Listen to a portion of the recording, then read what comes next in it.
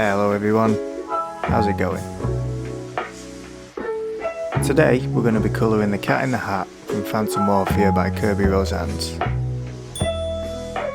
I'm going to be colouring this digitally in Clip Studio Paint, but feel free to play along at home in whatever app or medium you choose to create your colouring masterpieces. So we're going to jump right in and start with the fuzzy little feline's face. This particular furball reminds me of my own feline companion Mally. Look how cute he is. So as an homage to him, I decided to give this cat a lovely ginger coat. I start off by applying an orange base colour, just using a standard marker brush. Then I go in with lighter blonde shades of orange for the details of his fur.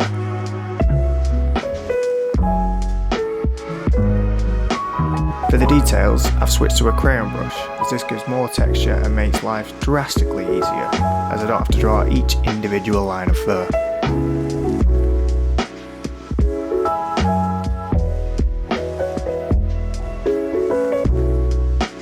Now, as I have the attention span of Doug from Up, he made me this color so that I may talk, squirrel! I move on to adding darker tones of orange to create more depth, before flipping between light and dark oranges to complete his fur.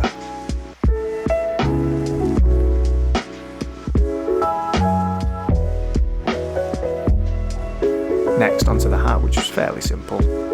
Starting off with a base colour of blue, I then added darker and lighter shades to create the roundness of the hat, and then some white spots to indicate some shine on the leather.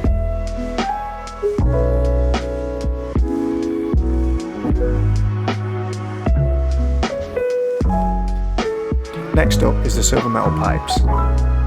After putting the base grey colour down, all I did was use dark grey tones for the bottom of the pipes, a very light grey for the top of the pipes, and simply blended them together using the tones in between.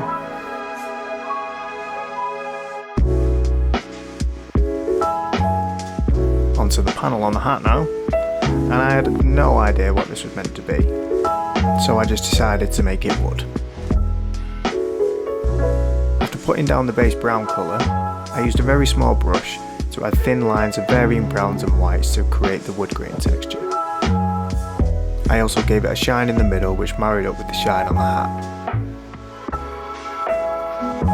For the feather, as I had no idea how to colour it, I just googled exotic green bird feathers to get ideas on how it should be shaded.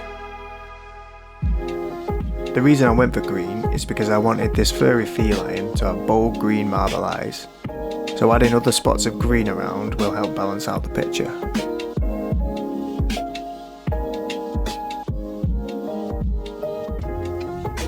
Now onto the most difficult part of the picture, which was the classic steampunk bronze and gold metalwork. Now I don't know if you've ever studied the colours in these shiny metals, but they can only be described as having a gazillion different colours. So after putting down the base colours and spending what felt like 9 cat years going over the same parts with different shades, I finally realised Polbidy's Nerfect, and simply adding random spots of light reflection and dark tones on the undersides was good enough.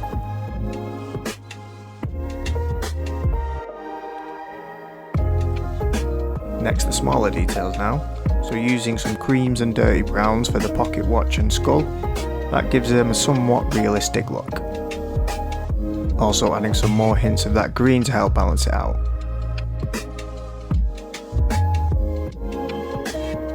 Now here's those green marbly eyes that I mentioned earlier.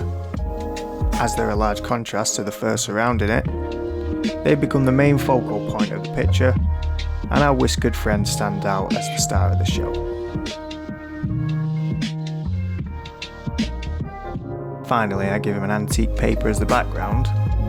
I then give him a white chalk outline to help him stand out, and finish him off with a little pink button nose. And we're done.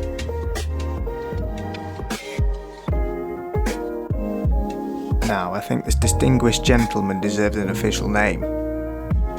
So let's hear your ideas in the comments, and I'll pin the one that suits him the most.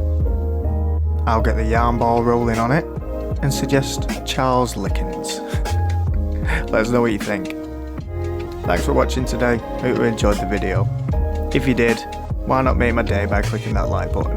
And if you're feeling extra generous, give me a subscribe whilst you're down there.